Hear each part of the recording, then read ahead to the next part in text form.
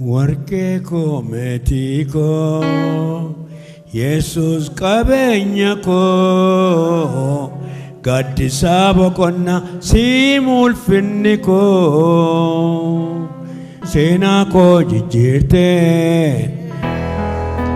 Sabni saba irratti, mootummaanis mootummaa irratti in ka'a. Socho'ii lafaa iddoo adda addaatti beellis in ta'a. Wanti kun garuu jalqaba ciniinsuuti. Wangeela Maarqos boqonnaa 13:8. Dhaggeeffattoota keenya, yeroon amma keessa jirru kun kiristaanotaaf yeroo baay'ee ulfaattuudha. Egaa kana mo'achuuf Waaqayyoon kadhachuun, ogummaan deddeebi'uun nurraa barbaachisa.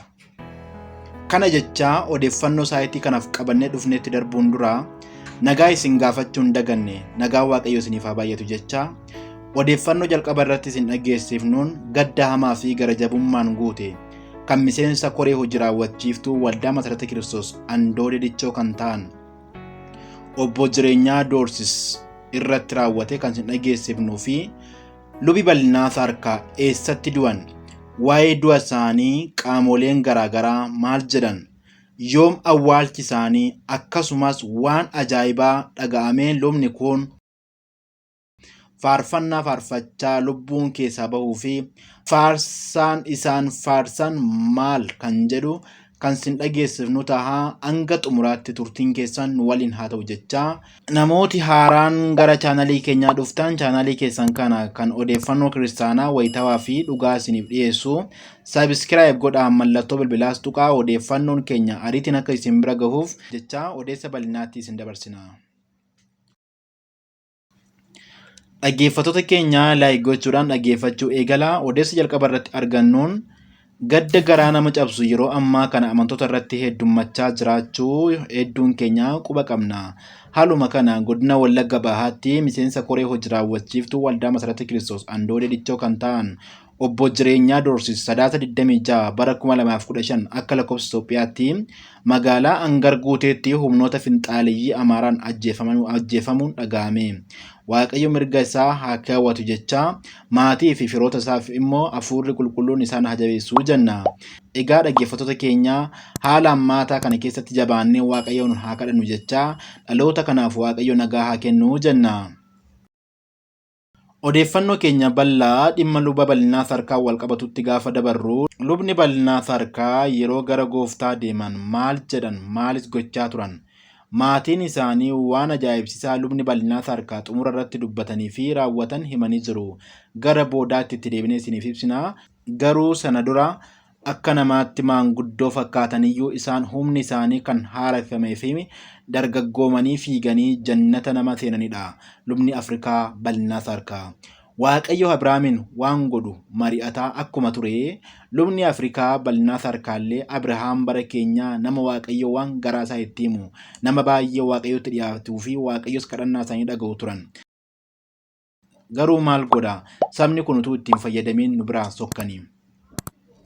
Lubni kun muummicha ministeera Itoophiyaa duraanii Mallas Zeenaawwii irraa jalqabee Hayilemaariyaam Dassaalenyi fi bulchitoota biyya keenyaa hedduu akkaan gorsaa harki isaanii akka dhiiga irraa bilisa ta'u akeekkachiisaa, of eeggachiisaa nama turanidha.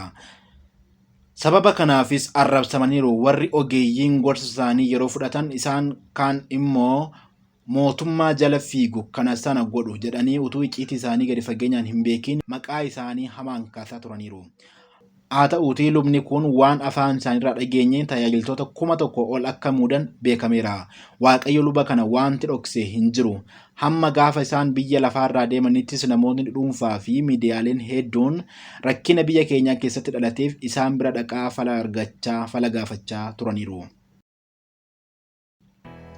Keessattuu dhimma boora'uu nageenya Itoophiyaan qabduu fi walwaraansa biyya keenya keessatti ta'aa jiruuf fala gaafatanii sodaa tokko malee mootummaattis qaama hidhatanii jiranittis dhugaa jiru ifatti jala sararanii itti himaniiru. Nagaan kan dhufuu danda'u yoo qawwee lafa keessanii nagaa buuftanidha jechuun, kanaan malee nagaan akka hin buune biyyattiinis mul'ata isaan argan sana bira akka hin geenye, akka sabni Israa'el deemsa guyyaa 40 gara Kana'aanitti taasisan waggaa 40 ta'uun akka karaa bubbulan, nutis akka karaa bubbulluus ifatti nutti himanii turani. Hooggantoota olaanoo biyya keenyaa duraanii turan gatii dhiiga dargaggootnii fi barattoonni biyya keenyaa waggoota muraasaan dura yeroo taasisan malan jabeessaa turanii fi amma garuu waliigaltee dhabuu uumameen biyya keessaa bahanii jireenya dhuunfaa isaanii jiraataa jiran waliinis walitti dhufeenya qabaniin baay'ee gorsaa akka turan, isaan garuu gatii akka isaan dhoowwatan yookaan yaada isaanii akka hin fudhannee fi akka isaan tuffatan himanii turaniin. Gara gooftaa deemuun isaanii isaaniif gaarii fi boqonnaa yoo ta'e iyyuu nuuf garuu yeroo kanatti nama bulchitoota biyyaa fi qaamolee hidhatanii jiran waliin walitti araarsuu fi nagaa uummata keenyaa buusisuu danda'an nama ogeessa kana dhabuun keenyaa nu miidheera. Namoota bilchaatoo hedduu qabaannus lubni kun nama ija jabeessa waan waaqayyo isaanitti dubbatee sodaa malee dubbatan, nama biyya keenya kana waaqayyo walitti araarsan, nama furmaataa, nama waaqayyo jecha afaan isaanii dhaga'uudha. Kanaaf isaan adeemuun isaanii nu miidha. Egaa lubni bal'inaa yaalarra utuu jiranii 27 galgala hospitaala Kooriyaatti boqochuun isaanii dhaga'ameeti jira.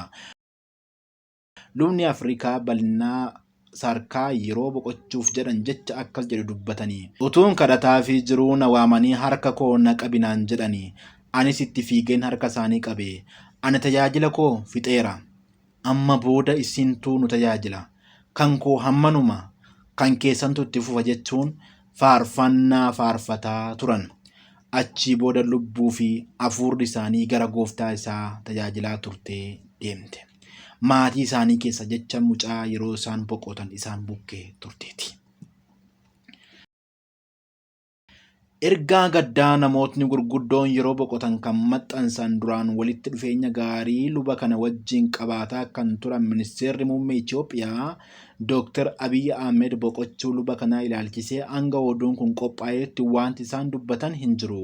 Hooggantoota olaanoo mootummaa keessaa luba bal'inaatti walitti dhufeenya gaarii qabu kan jedhaman kantiibaan magaalaa Finfinnee Aadde Adaanech Abeebee akkas jechuun boqochuu lubaa erga dhagayanii gadda isaanitti dhagahame ibsataniiru.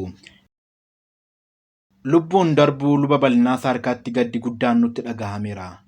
Luba bal'inaan jarraa walakkaa oliif Itoophiyaaf guddina hawwuun jaalalaan uummata tajaajiluun kitaaba raajii isaanii mata duree Itoophiyaa fi ol ka'iinsa jedhuun araaraa fi jaalala guddisuun yeroo fi beekumsa isaanii ijaarsa dhalootaa irratti dabarsuunii fi jaalala biyyaa fi naamusaan ol kaasuun abbaa gumaacha olaanaa bahatanidha.